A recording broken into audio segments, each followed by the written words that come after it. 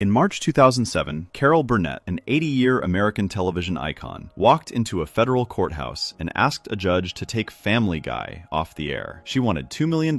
She wanted the offending scene cut. She wanted Seth MacFarlane personally held responsible. 3 months later, she lost. The judge dismissed her case before it even reached a real trial. She walked out with nothing. And the strangest part of all of this is that her lawsuit was just the first one that year. Family Guy has been sued more times over more things by more famous people than almost any other cartoon in American history. Music publishers, comedians, actors, watchdog groups, federal regulators. Each fight tells you something different about a show that should have been canceled 3 times over and somehow keeps surviving every legal threat thrown at it. Welcome back to Red Umbrella. Tonight, we break down every single Family Guy lawsuit. Let's get started. Carol Burnett versus 20th Century Fox, March 2007. Carol Burnett spent decades building one of the most beloved careers in American television. From 1967 to 1978, she ran her own variety show, and out of all the characters she created during those 11 years, one stood above the rest: the Charwoman, a quiet cleaning lady in a baggy outfit, mopping floors in an empty theater, daydreaming about a better life. The character was sweet, sad in a gentle way. Burnett often ended the sketch with a soft little song, and audiences loved her for it. The Charwoman became her signature. The image of her in those mismatched clothes, leaning on a mop, was as recognizable as anything in television comedy. So when Family Guy decided to use that exact character in a joke set inside an adult bookstore, Burnett did not laugh. The episode was Peter Rodica. It aired on April 23, 2006, during season 4. The plot is simple. Peter and the guys go to a porn shop. Peter is worried it will be dirty in there, in every sense of that word. Quagmire tells him not to worry. The store is pretty clean, he says, because Carol Burnett works part-time as a janitor. The camera then cuts to a cartoon version of Burnett. She is dressed exactly as the Charwoman. Same outfit, same mop, same posture. She is mopping the floor near a rack of dirty movies. A rough version of the old Carol Burnett show ending song plays in the background. The whole gag lasts about 18 seconds. That was enough. Burnett saw the joke and she was not happy. She felt the show had taken her most personal creation, the character closest to her heart, and dumped it into a setting she would never have chosen. She also believed Family Guy had used part of her old theme song without asking. So she did something Family Guy was not used to anyone doing. She picked up the phone, called her lawyers, and decided to take Seth MacFarlane and Fox to court. In March 2007, almost a year after the episode aired, Carol Burnett filed a lawsuit. She asked for $2 million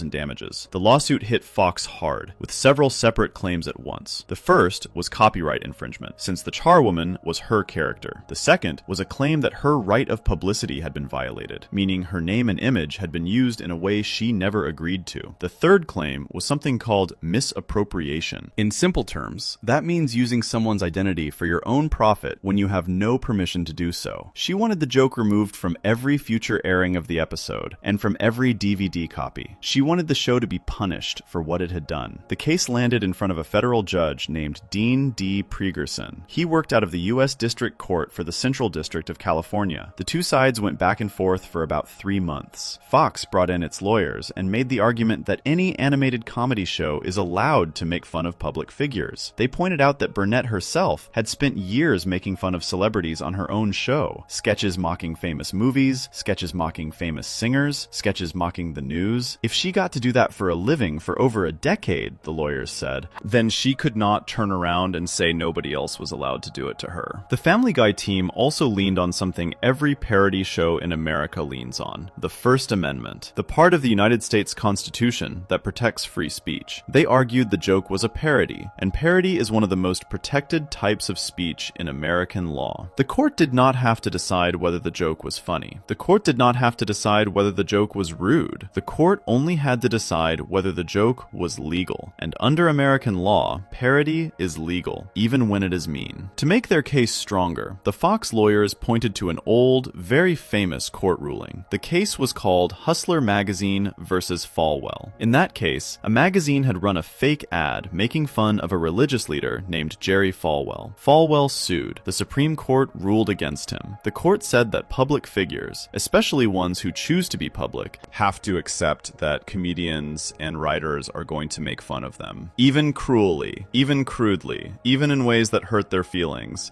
As long as nobody could reasonably believe the parody was real, real, it was protected speech. That ruling became the wall Burnett was about to walk into. On June 4th, 2007, Judge Pregerson made his decision. He dismissed the case. He threw it out. Burnett got nothing. In his ruling, the judge made some interesting points. He agreed with Burnett that the joke was distasteful. He agreed it placed her character in a setting she would never have chosen. He even said something that probably made Burnett feel a little better. He said the original charwoman, the one she had spent years building on her own show, was far more creative than anything the writers of Family Guy had come up with. The judge basically told Family Guy that yes, your joke was lazy, and yes, her character was better than anything in your script. But he still ruled in their favor, because being lazy is not the same as being illegal. He also pointed out something important about how parody works in American law. The protection does not depend on the parody being good. It does not depend on the parody being kind. It does not depend on the original creator approving of it. The protection exists because if courts started picking and choosing which parodies were nice enough to be allowed, then comedy in America would slowly stop existing. Every joke would have to be approved by the person being made fun of, and obviously, no one being made fun of is going to approve. The judge also made a quiet point that hurt Burnett's case in a way she may not have expected. He noted that public figures, especially performers who built their fame in front of an audience, are frequent targets of crude humor. That was simply part of being famous in America. You cannot enjoy decades of public attention and then sue every comedian who decides to use your image. The law would not protect you that way, and it was not designed to. Fox refused to remove the joke from the episode. They refused to edit any DVD versions. They refused to take it off the air. The charwoman scene plays today in reruns exactly the way it did the night it first aired in 2006. 18 seconds. The mop. The faded theme song. Burnett did not get a single dollar. She did not get an apology. She did not even get the joke shortened. What makes this case interesting is what it represents inside the larger Family Guy story. This was the first time in the show's history that a major celebrity took them to court. Before Burnett, Family Guy had been mocked, criticized, hated, and protested, but never actually sued by a public figure. Carol Burnett was not just any public figure. She was an icon. She was respected. She was a woman who had earned every bit of her place in television history. If she was going to lose this case, anyone after her was probably going to lose too. And that is exactly what would happen over the next several years. Other people would file other lawsuits, and almost every single one of them would end the same way Burnett's did, with the judge pointing at the First Amendment, then pointing at the door. There is also something quietly sad about the whole thing. Burnett did not sue because she was greedy. She sued because she felt protective of a character she had built with care. The charwoman was personal. She had performed that character for years in front of millions of fans, and the character had always been gentle. Putting her in a porn shop was, to Burnett, a small kind of theft. Not theft of money, theft of meaning. Theft of the soft, quiet thing she had spent so long protecting. She wanted the law to give her that meaning back, and the law told her, plainly, that it could not. The Family Guy writers had no real reaction publicly. The show kept running. The episode kept airing. Within a few months, MacFarlane and his team had moved on to bigger problems, because the Burnett lawsuit was not even going to be the biggest legal fight that year. There were two more coming, both bigger, both with more on the line. The other thing this case quietly proved was something the show itself probably did not realize at the time. Family Guy was now big enough to be sued. That actually mattered. In its early years, the show had been struggling. It had been canceled twice. It had survived only because of strong DVD sales. By 2007, though, the show was a giant. It was on Fox, it was on Cartoon Network, it was on shelves in every store in America. And when a show gets that big, lawsuits come. Lawsuits are the price of being a part of the cultural conversation. Carol Burnett was, in a strange way, treating Family Guy like it was finally important enough to fight. She lost. But she also confirmed something the show could now wear like a badge. Family Guy had grown up. The little late-night cartoon that almost died in 2002 was now being dragged into federal courtrooms by living legends. The show was, for better or worse, in the big leagues. For Burnett herself, the loss did not really damage her career. She kept working. She kept being beloved. The charwoman remained her character forever, and most fans of her work probably never even saw the 18-second Family Guy joke. The case became a footnote in her life, a small bruise on a long career, while becoming something much bigger in Family Guy's story. It was the first crack in the dam, the first signal that Fox was now a target, the first hint that the show's writing room would, from this point forward, always have to look over its shoulder at the law. Before we move on, if you're enjoying this analysis, please consider subscribing. It helps the channel tremendously. After Pregerson's ruling came down in June 2007, things at the Family Guy offices probably felt safe for a moment. The show had won. The lawyers had been paid. The press had moved on. But that calm was very short. Just a few months after Burnett's case ended, another envelope arrived at Fox. Another lawsuit. This one would not be about a quick 18-second cutaway gag. This one would be about a full song, a beloved Disney classic, and an episode that Fox itself had once been too scared to air. It was a fight that would last almost 2 years, drag in some of the biggest names in copyright law, and end with a court ruling that would protect parody shows for decades. And the song at the center of it had, of all things, a melody people had been wishing to the stars about since 1940. Section 2. Born Company vs. Fox / I Need a Jew, October 2007 to March 2009. To understand this lawsuit, you have to understand the song first. When You Wish Upon a Star is one of the most famous songs in the history of American film. It was written in 1940 for the Disney movie Pinocchio. A small cricket named Jiminy sings it at the very beginning of the film. And that one song basically became the heartbeat of the entire Disney company. Walt Disney himself was so attached to it that decades later,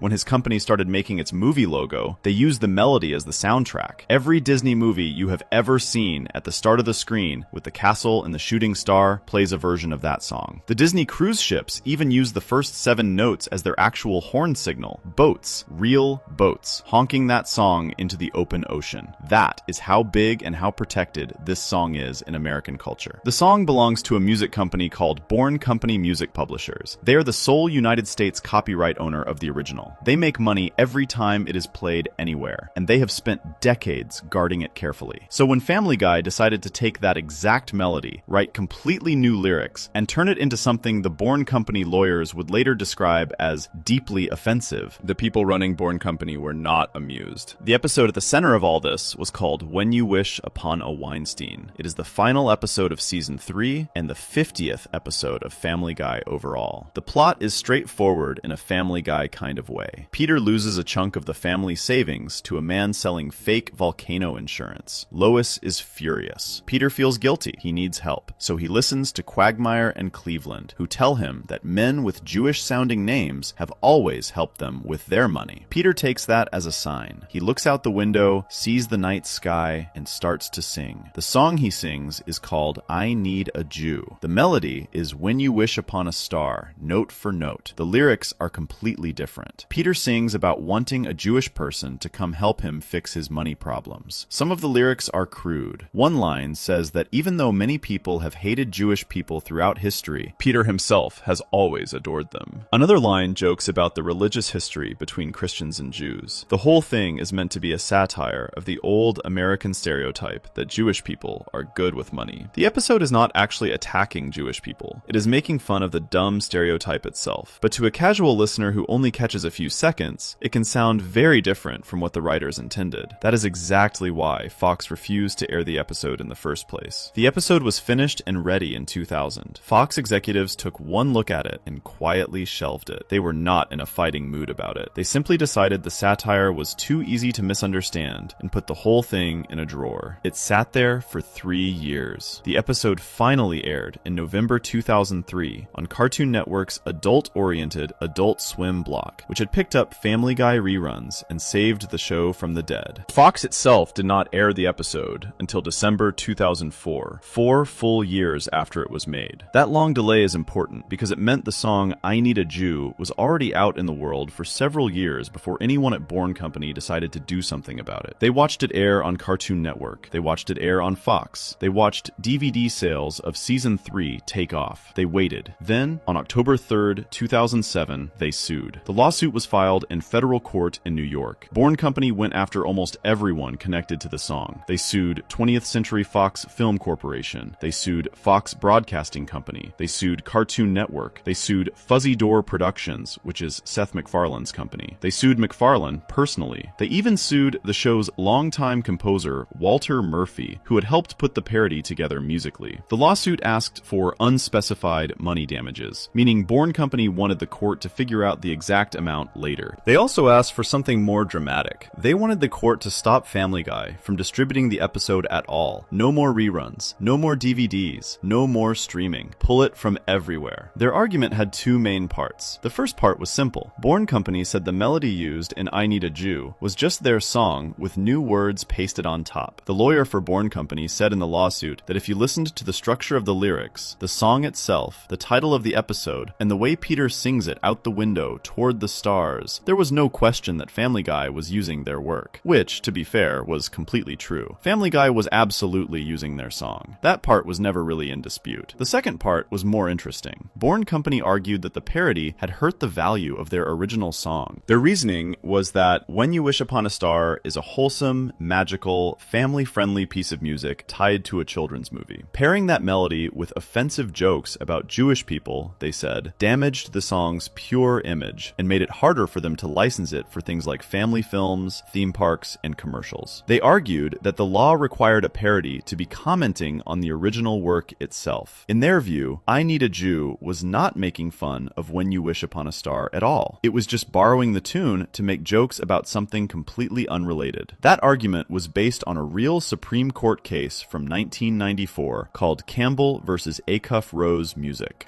In that case, the rap group 2 Live Crew had made a parody of the song Pretty Woman. The Supreme Court ruled that parody can be protected, but only if the new work actually comments on the original in some way. Born Company was hoping the court would say I Need a Jew did not meet that standard. Fox brought in heavy lawyers. They retained a major law firm to defend the case, and they prepared to fight on the strongest legal ground in American comedy: fair use. Fair use is the part of American copyright law that lets people borrow from copyrighted work for things like criticism, news, teaching, and parody. To win a fair use case, the court looks at 4 main things: the purpose of the new work, the nature of the original work, how much of the original was used, and whether the new work hurt the market for the original. Fox argued that I Need a Jew passed all 4 tests easily. The case sat in court for almost a year and a half. The judge handling it was named Deborah Batts, a federal judge working out of the Southern District of New York. She had to listen to both sides, study the song, study the parody, study the law, and decide whether Family Guy had crossed the line. On March 16, 2009, Judge Batts ruled. She ruled in favor of Family Guy completely. She granted what is called a summary judgment, which means she decided the case was so clear that Born Company had no real argument worth taking to a full trial. She dismissed the lawsuit. Born Company got nothing. In her ruling, Batts walked through her reasoning carefully. On the first big question, she said, yes, I Need a Jew was a parody. She said it was clearly making fun of When You Wish Upon a Star and the wholesome, sugary feeling that song had built up over the decades. She wrote, in basic terms, that the very thing that made the original song so beloved, its sweetness and its purity, was exactly the thing that made it ripe for parody. The contrast between the gentle melody and the rude lyrics was the joke. Family Guy was not just borrowing the tune. Family Guy was attacking the whole feeling of the original song, and that counted as commenting on it. On the second big question, she went through the 4 fair use factors. She pointed out that the lyrics of I Need a Jew were strikingly different from the lyrics of When You Wish Upon a Star. She said the amount of music Family Guy used was no more than was needed to make the original song recognizable. You have to hear enough of the tune for the joke to land. If you only used 3 notes, nobody would get it. The parody used what it needed and nothing more. She also said the new song had no real effect on the value of the original. People who wanted the wholesome version of When You Wish Upon a Star were not going to suddenly stop using it because of a Family Guy joke. The 2 songs lived in completely different worlds. Born Company was finished. The episode kept airing. The song kept playing. The DVDs kept selling. But the bigger thing that came out of this case was not just a win for Family Guy. It was a piece of American copyright history. The ruling in this case, Born Company versus 20th Century Fox, became one of the most cited parody cases in entertainment law. Lawyers studying fair use, law students studying parody, future shows trying to do their own song parodies. They all started pointing at this ruling. The reason is simple. Before this case, there were strong parody protections, but they were mostly tied to live action and sketch comedy. Animated television was newer, and the rules around it were still being shaped. After this case, animated parody had a clear, modern, federal court ruling backing it up. South Park could rest easier. American Dad could rest easier. Robot Chicken could rest easier. The Simpsons, which had been doing parodies for decades, could now point to a fresh case to lean on. Even shows that had not been made yet would later benefit. Rick and Morty, BoJack Horseman, Solar Opposites. Every adult cartoon that came after 2009 was protected in part by a song about wanting a Jew. There is something quietly funny about that. The episode that almost no one everyone wanted to air. The episode Fox was so nervous about that they hid it for 4 years. The episode that Bourne Company hated so much, they sued 5 different companies and a bunch of people personally. That episode ended up making American comedy law better for everyone. It also confirmed something Family Guy had been trying to prove since the day it came back from cancellation. The show was protected. The show was, legally speaking, a real thing. It had survived being canceled twice. It had survived advertiser fear. It had survived a banned episode. It had survived 2 of the biggest legal fights of any animated show in the 2000s. And every time the law came knocking, the law walked away with a piece of paper that said Family Guy could keep doing what it was doing. By the time the Bourne Company case was officially closed in 2009, McFarlane and his team had become almost casual about lawsuits. They had been through Burnett. They had been through Bourne. The Family Guy machine just kept moving forward. Episode after episode, week after week, joke after joke. The lawyers handled the lawyers, and the writers kept writing. Before we move on, if you're enjoying this analysis, please consider subscribing. It helps the channel tremendously. Except this time, while the Bourne case was still playing out, another envelope had already arrived. Another lawsuit. And this one was different from the first 2. This one came from a man most viewers under 40 had never even heard of. An older comedian who used to do silly hand tricks on late-night talk shows in the 1970s. He had been quietly watching Family Guy for years, waiting for the right moment. And when he saw what they had done with his old act, he did not just sue once. He sued, withdrew, sued again, withdrew again, and then sued one more time. The fight would drag on for nearly a decade. And unlike the first 2 cases, this one did not end with Family Guy winning. It ended with something much stranger. Section 3. Art Metrano versus Fox. The decade-long lawsuit, 2000 to 2010. The story of Art Metrano starts way before Family Guy was even a thought in Seth MacFarlane's head. Art Metrano was an American actor and comedian. He was born in 1936, which means he was already a working entertainer back when most of the Family Guy writers were not even born yet. Most younger fans probably know him, if they know him at all, from the Police Academy movies. He played a character named Captain Mauser in Police Academy 2 and Police Academy 3, the smug, sneering boss who was always trying to ruin things for the main characters. He had a long, busy career with appearances in shows like Bewitched, The Streets of San Francisco, and Ironside. But the thing that really made Metrano famous, and the thing that mattered most for this entire lawsuit, happened on late-night television in the early 1970s, specifically on The Tonight Show. Metrano had a comedy bit, a simple one, almost embarrassingly simple. He would walk on stage acting like he was a serious magician about to perform real magic. He would build it up. He would look at the audience like he was about to do something amazing. Then, instead of doing actual magic, he would just start doing tiny, silly hand tricks. He would point at one hand and pretend his fingers were jumping over to the other hand. He would wiggle his fingers in the air like he was casting a spell. None of it was real magic. It was all fake gestures. The whole point was that the trick was nothing. What made the bit funny was the music. The whole time he was doing these dumb little finger movements, he hummed a goofy tune. The tune was an old jazz song from 1930 called Fine and Dandy. He just kept humming it while pretending to be the world's greatest magician, doing absolutely nothing impressive. The contrast was the joke. He looked confident. He looked smug. He acted like he was blowing the audience's minds. And the only thing he was actually doing was wiggling his fingers and humming a song from his grandparents' era. The bit became his signature. He performed it on The Tonight Show many times. He performed it on other talk and variety shows. He even started calling himself the Amazing Metrano in the act. By the early 1970s, anyone who watched late-night television in America knew what the Amazing Metrano routine was. It was small, it was dumb, it was his. Now jump forward to the year 2005. Family Guy releases a direct-to-DVD movie called Stewie Griffin: The Untold Story. The movie was originally meant to be a regular episode, but it grew bigger and got released as its own thing. Inside that movie is a segment called Stu and Stewie's Excellent Adventure. In that segment, an older version of Stewie tells his younger self about a time he traveled back to ancient times and met Jesus Christ. He tells young Stewie that Jesus' miracles may have been a bit exaggerated. The scene then cuts to an animated Jesus standing in front of a crowd of people, supposedly performing miracles. What does animated Jesus actually do? He pretends his fingers are jumping from one hand to the other. He wiggles them in the air. He hums a goofy little tune. The tune is Fine and Dandy. It was the Metrano routine. Beat for beat. The fingers, the humming, the fake confident magician posture. Family Guy had taken his act, animated it, and stuck it into the mouth of Jesus. Metrano saw it, and he was not happy. But here is where things get interesting. Metrano had actually been after Family Guy long before the Stewie movie even came out. lawsuit. Back in the year 2000, when Family Guy was still in its first run on Fox before being canceled, Metrano filed a lawsuit against Fox Broadcasting. He claimed they had stolen other material from his comedy routine. Nobody made a huge deal out of it at the time. Metrano quietly withdrew the lawsuit before it really went anywhere. So when Family Guy used his Jesus bit in 2005, this was actually round 2 for him. He had been watching Family Guy for years, maybe waiting, maybe just keeping an eye on them. In December 2007, Metrano filed his second real lawsuit. He sued 20th Century Fox Film Corporation. He sued Seth MacFarlane personally. He also sued 2 other people who were credited with writing parts of the Stewie movie. One was Steve Callahan, a veteran Family Guy writer. The other was Alex Borstein, the actress who voices Lois Griffin and helped write the segment in question. He filed the lawsuit in federal court and asked for over $2 million